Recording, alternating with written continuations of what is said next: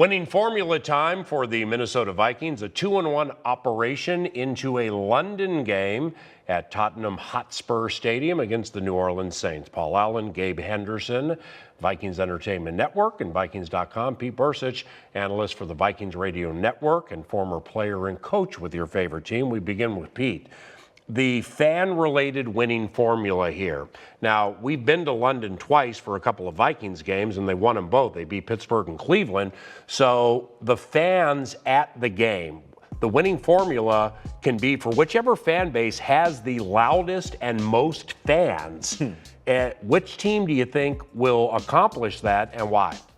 Well, I think we'll be able to do that, and the main thing is that I remember going from the last couple times that we've been that all over Europe, Viking fans know this is their chance to come see us. Yeah. So all those plane flights out of Norway, Sweden, Finland, all those cold countries, they'll come down, and I think that we'll have a better fan base than New Orleans. Let's go. Yeah, I remember talking to Adam Thielen earlier this week, and he was talking about how the purple ocean across the pond at Twickenham Stadium in 2017 was the reason why they won. So I'm sure Vikings fans heard that, and I would probably expect at least 10,000 Vikings fans to show up to cheer on the purple on Sunday. All right, Gabe. Now, the winning formula for the Vikings offense against a very physical and tough Saints defense. Demario Davis, one of my favorite players in the league. He's just sound and he's tough. And Justin Jefferson is on back-to-back games with no touchdowns. So maybe not necessarily this game, but moving forward, what is the winning formula for getting Justin back on those big games? Well, first and foremost, you got to spread the wealth. And when I talk about spread the wealth, that's getting KJ Osborne, Adam Thielen involved early, because teams are going to double team JJ. And if you get those guys the ball early, that means it'll spread the wealth for everyone else. Teams are going to double team JJ, like I just said. But at the same time, if you're a defense, just speaking from experience here, they usually game plan for wide receiver number one. So when wide receiver 2 and 3 are going off, they're like, what are we doing? Why can't we stop these two guys? So once the defense starts to shift their attention to KJ and Adam Thielen, that'll give JJ those opportunities to make big plays on the back end. So JJ knows he's going to get press man. He's going to get man coverage the rest of the year. He's going to have to win those routes because he's that dynamic.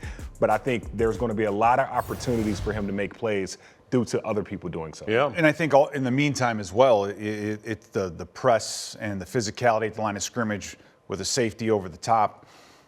Get him on the move. Move him around, shift him around. Don't let him be a fixed commodity at the snap. So that way the defense is really, it's almost impossible to jam or disrupt a receiver's route when they are on the move at the snap. So that might interfere with his ability to get down the field, but at the same time, it's going to get him more open underneath. Peter, before we get to bold predictions, Peter?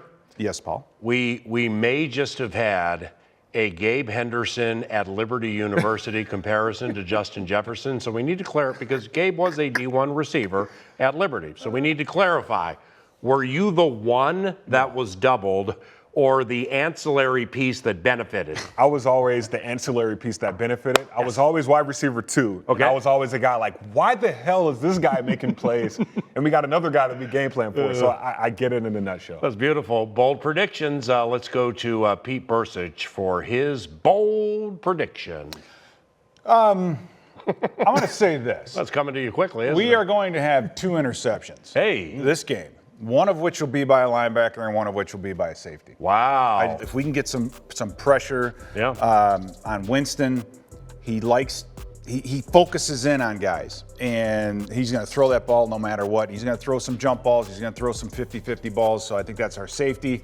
And then if we blitz him and get some pressure on him, I think one of our underneath guys will be able to pick one. And it behooves us to credit Pete, because his winning formula last week was that Dalvin Cook would have more yards than Justin Jefferson.